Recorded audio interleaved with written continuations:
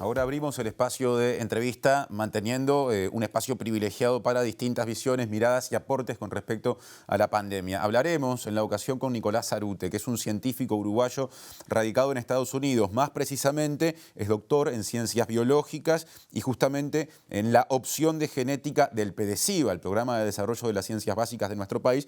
Y en este momento se encuentra en Estados Unidos porque se desempeña en la Universidad de Illinois en Chicago como profesor asistente de investigación en el Departamento de Microbiología e Inmunología. El tema de la charla que tendremos con él está vinculado a las variantes de la COVID-19 y también a cómo las vacunas eventualmente deberán irse adaptando a esas variantes. Nicolás, es un gusto establecer contacto.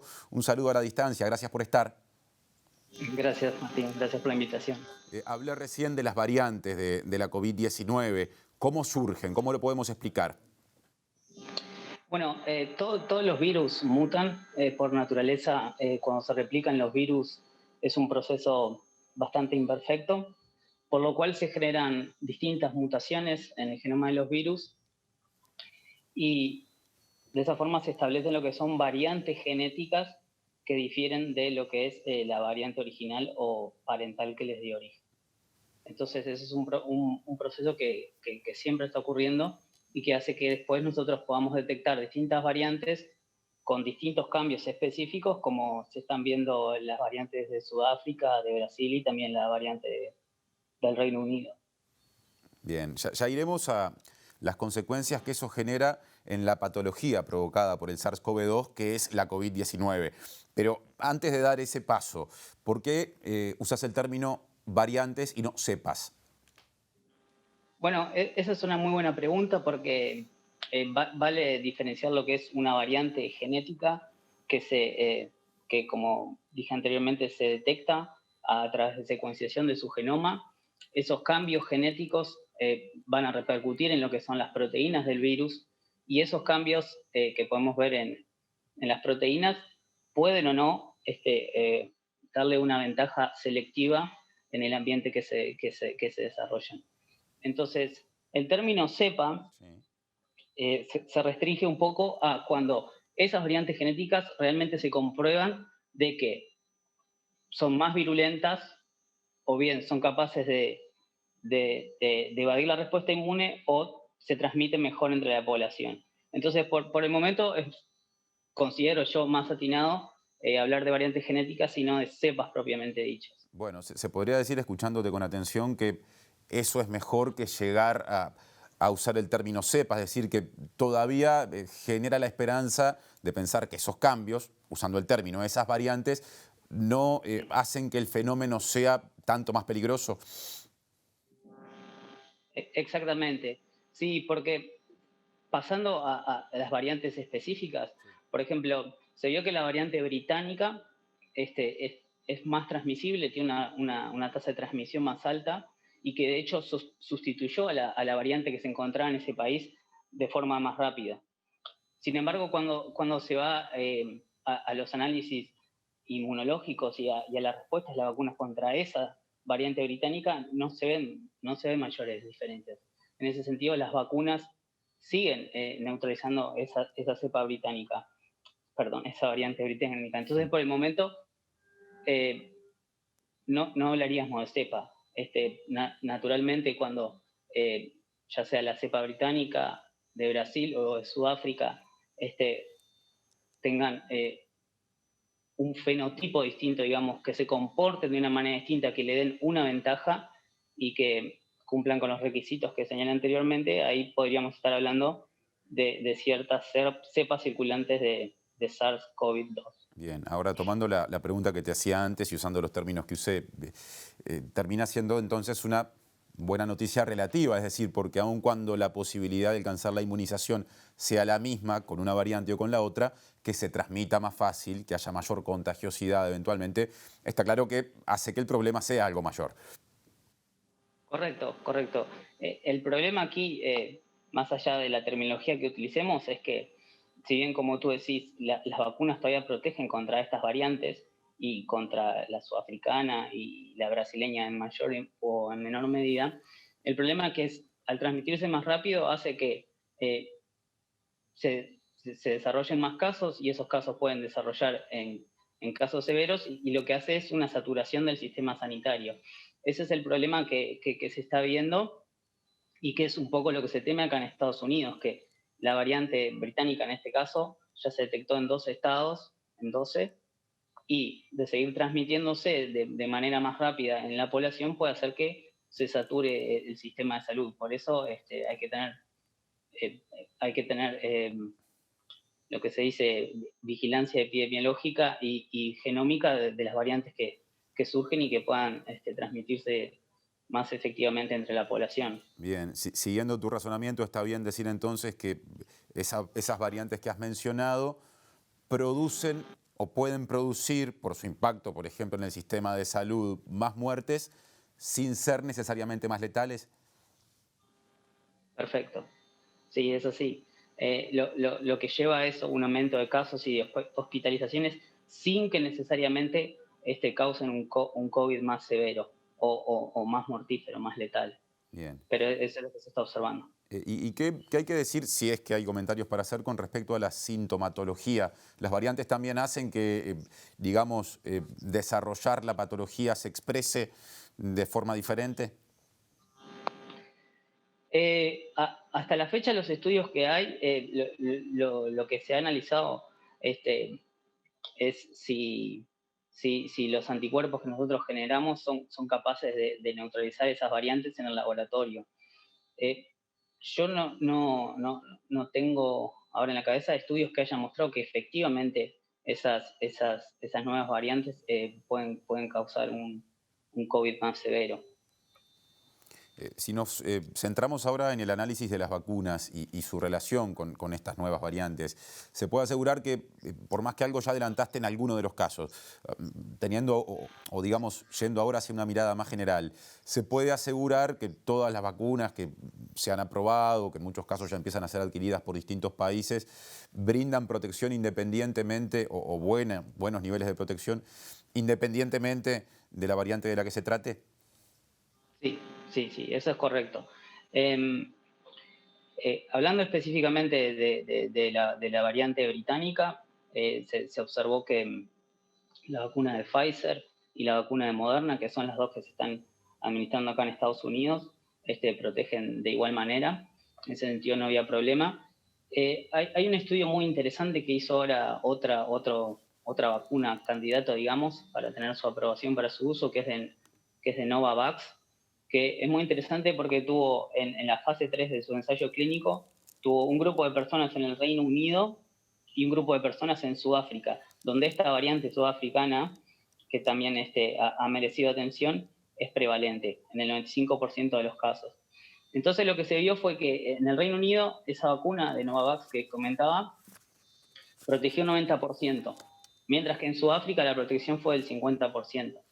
Entonces uno diría, bueno, es una diferencia significativa, pero igual está entre los niveles aceptables de protección de una vacuna. De hecho, la vacuna Sinovac Sí. China, que es la que creo que va a adquirir el gobierno uruguayo, tiene esos niveles de protección, y las vacunas contra la gripe que nos administramos anualmente también tienen esa protección. Entonces, si bien hay un, un, un pequeño descenso en la protección, podemos decir que se va de algo muy bueno a bueno, pero que también estaría funcionando en esos casos. Sí, a propósito de la efectividad de la vacuna de Sinovac, un científico uruguayo al que consultamos pocos días atrás hablaba de ese 50%, que a quienes no estamos informados como quienes tienen preparación nos puede llamar la atención, y decía, eso quiere decir que de cada 2 personas por lo menos una va a alcanzar la inmunización, y eso en términos de la población general es bueno. Ese era un poco su resumen.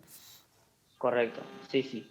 En términos de lo que es la inmunidad del rebaño, que es lo que se quiere alcanzar mediante la vacunación, es todavía un buen número. Cuando comenzó la pandemia o en los primeros meses generó muchas discusiones el señalamiento que se le hacía a China con respecto al origen del nuevo coronavirus, del SARS-CoV-2. Y ahora que hablamos de variantes, hablamos de la variante británica, de la sudafricana, de la brasileña. ¿Por qué la asociación con países? ¿Es correcto expresarlo así? Sí, acá ha sido especialmente un tema sensible.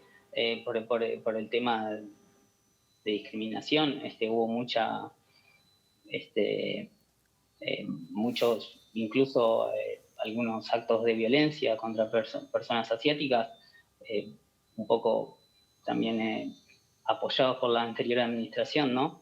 Que ponían a China como el epicentro del SARS-CoV y de la enfermedad.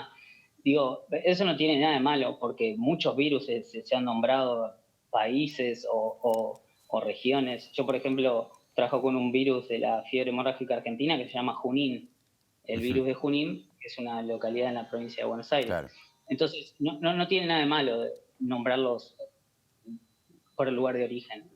Lo que sí, en este caso de las variantes que comentaba antes, es que, bueno, son las que se han detectado en esos países, son las que a través de análisis genómico se han caracterizado los cambios que tienen respecto a la variante original o parental que se está en China, en Wuhan, y bueno, se nombran por el país de origen, pero no tendría que tener nada peyorativo, porque es simplemente donde esas variantes emergieron. ¿Es lo mismo decir se detectó en tal país que afirmar surgió en ese país o la modificación para hablar de una nueva variante se produjo en esa población? Esa es una muy buena pregunta. Y, por ejemplo, hay grupos en nuestro país y alrededor de todo el mundo que hacen lo que son, a medida que van surgiendo nuevos datos de secuencias, nuevos genomas del virus alrededor del mundo, hacen lo que es la reconstrucción para ver la ancestralidad, para ver a través de análisis de secuencias cómo fue la Claro. dinámica de esas variantes y cuál es la variante parental que le dio origen y si efectivamente fue en cierta localidad o fue una variante importada. Por ejemplo, acá en Estados Unidos se habían detectado dos nuevas variantes en Ohio, si no me equivoco, que en un principio se pensaban que eran la variante británica que había sido importada, pero analizando más al detalle y haciendo este tipo de análisis que te comentaba anteriormente, se pudo establecer que no, que eran variantes autóctonas. Ahí en Estados Unidos te diste la vacuna de Pfizer. ¿Cómo podés resumir la experiencia, eventualmente algún efecto adverso, si es que lo padeciste? Sí, yo ya me di las dos dosis, la segunda dosis fue la semana pasada.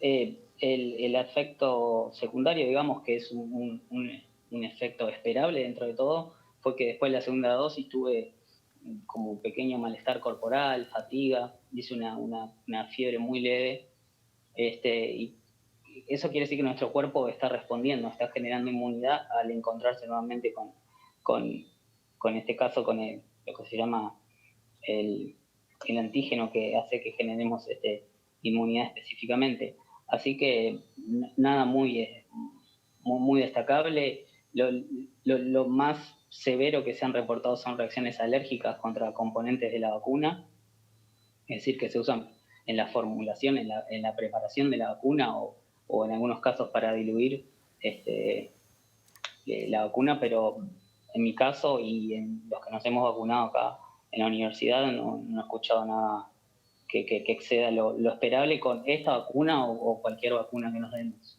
Como última pregunta, Nicolás, apelo a tu mirada sensible, como la de cualquier persona que habita un lugar y observa las reacciones de la gente. Estados Unidos, recién lo mencionaste lateralmente, está todavía en los primeros días de un nuevo gobierno, el de Joseph Biden, que tiene una mirada con respecto a la pandemia, a la prevención y a las vacunas bastante diferente que la de su antecesor Donald Trump, que en buena medida recogía apoyos por sus posturas de sectores que son escépticos o hasta contrarios a las vacunas y a la posibilidad de pensar que la pandemia existe. ¿Se observa algún cambio en la población en cuanto a acudir con más confianza a vacunarse o todavía esa discusión sigue abierto y el nuevo gobierno aún no ha cambiado demasiado el estado de cosas? Sí, más allá de todo, por suerte, hay que decir que Trump en muchas de esas, digamos, declaraciones o actitudes que tenía antivacunas o de un poco invisibilizar a la ciencia, no fue muy exitoso porque aquí se invirtió bastante en lo que es el desarrollo de vacunas, de antivirales, de terapias de anticuerpo. Entonces, se pudieron adquirir las vacunas en tiempo y forma. Y yo creo que en términos generales sí, la población está receptiva a vacunarse. Acá en Illinois empezamos esta semana con lo que es la fase 1B, digamos. Yo recibí la vacuna en la fase 1A, que era más que nada a trabajadores de la salud y gente que podía trabajar con el virus. Y entonces ahora van a pasar a esta etapa que está dirigida a personas mayores de 65, a lo que se llama, digamos, los que están en primera línea, digamos, en la primera línea de fuego, que puede ser policía, bomberos, empleados del correo, etcétera. Pero yo creo que ha sido el nuevo gobierno un poco, digamos, rejuvenecido el espíritu en ese sentido, e incluso se puede ver a través de lo que es el director aquí del Instituto Nacional de la Salud, el doctor Anthony Fauci, que se puede ver que está con mejor talante y como que se siente vigorizado por esta nueva administración. Entonces, se está actuando de acuerdo más a lo que dice la ciencia y no tanto como pasaba antes. Bien. Nicolás Arute, científico uruguayo en Estados Unidos, gracias por este tiempo para Informe Capital. Gracias a ti por la invitación.